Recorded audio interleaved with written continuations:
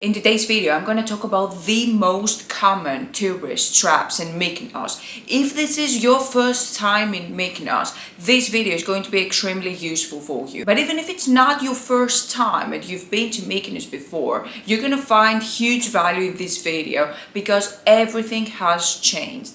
If you've ever been to Mykonos 5 years ago, 10 years ago, even 2 years ago, you will see a completely different image. And I have done another video about what has changed in 2023 in Mykonos. I will link it down in the description of the video if this isn't your first time. But this video is going to show you the worst tourist traps in Mykonos today. So let's get into it. So the first one is the taxes and illegal transfers. There are actually 3 types of transportation in Mykonos. First of all, we have the buses, which are very convenient. They're pretty frequent and very cheap, and they can pretty much get you everywhere on the island. However, there are no night buses. So if you want to go to Cafe Paradiso or in another nightclub, you will need a taxi. Then we have the taxis, and the third way is the transfers. However, some of them are illegal, and I have talked about that extensively in the other video. What has happened to me that I took an illegal transfer that was not licensed. It was just a guy with his own vehicle charging the same rate with the taxes. So let's talk about the taxes first.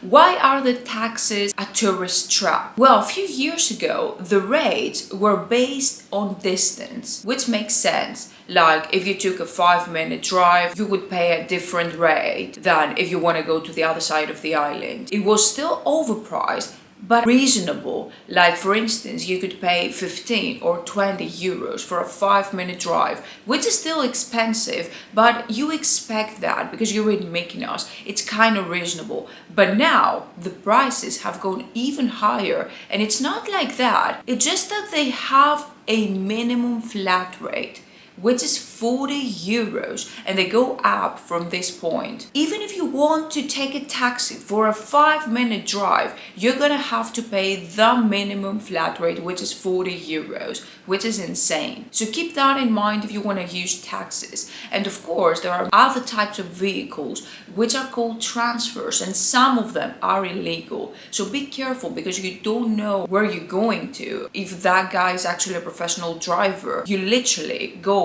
into a car with a stranger that claims to take you to your destination, and you never know where it's going to happen. I have described the whole story, what happened to me with that illegal transfer. I will link the video down in the description if you want to see the whole story. The next one has to do with transfers as well, but it's about groups, social media groups, and especially WhatsApp. There are some groups in WhatsApp and some services that are called luxury transfers or luxury services, and some of them are not luxury. So what they do is that they find taxes for you, but it's not luxury. You pay luxury services, you pay for luxury products, but you get the same things as you would get if you just called for a taxi. You get the same rates, sometimes even higher. You get the same waiting time and the same vehicles like taxis. But these apps, these services claim to be luxury or VIP services, but you're not going to get luxury service. They're just regular taxis, but you're gonna pay more. The next tourist trap is the food and the drinks. And I'm talking about the seafront. Like even if you get a glimpse of water, every place that looks at the sea, it's going to be hella expensive.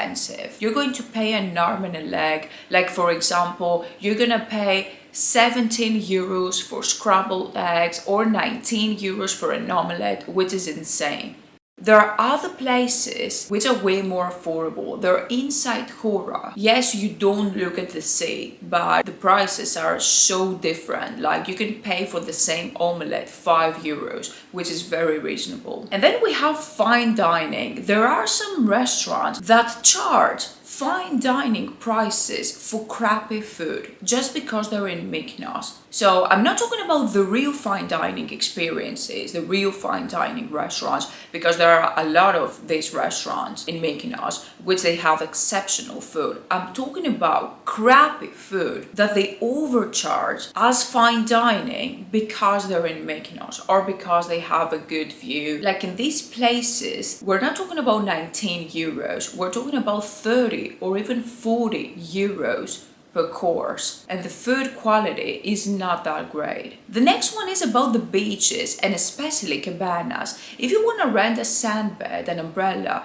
or a cabana, expect to pay a lot. And when I say a lot, the prices range from 400 euros even to 2,000 euros for just a cabana. If you want to pay that much amount of money, that's okay. You can have that VIP service, but at the end of the day, it's just a sunbed and you get the same view like if you just put your towel on the sand. If you want to get that experience, a comfortable sunbed and an umbrella, expect to pay a lot. It's so overpriced. Like I remember 10 years ago, the cabanas were like 40 or 60 euros, which I believed back then that it was still overpriced. But now we're talking about 400 or 1,000 euros just for a cabana. So I don't know, maybe some people pay for that. Let me know in the comments, what do you think? Because for me, that's insane. And then we have the traditional souvlaki or gyros, combined with pita bread most of the time. So a typical souvlaki with pita bread anywhere in Greece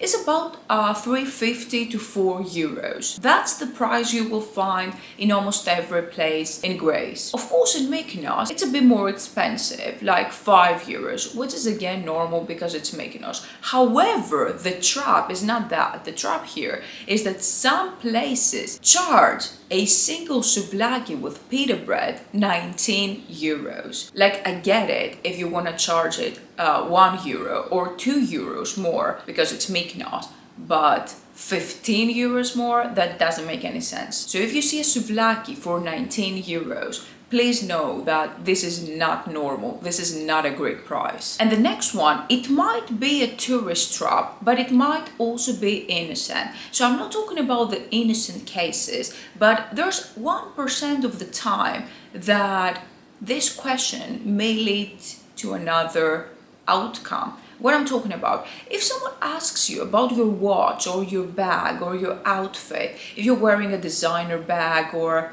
some nice outfit or you have an expensive watch, it's not always a trap or anything suspicious, but sometimes it might be. If someone wants to know more about your outfit, your watch, your accessories, what you're wearing, be careful about the amount of information you're going to give to that person, because you never know their intentions. I'm not saying that it's always a trap, because sometimes it might be innocent. They actually might like your watch or your bag or your outfit and they may just want to compliment you. But sometimes you have to be careful what you share with other people, especially strangers, people that you don't know. So these are the most common tourist traps I encountered in Mykonos. Please let me know what tourist trap I skipped and what did you see in Mykonos.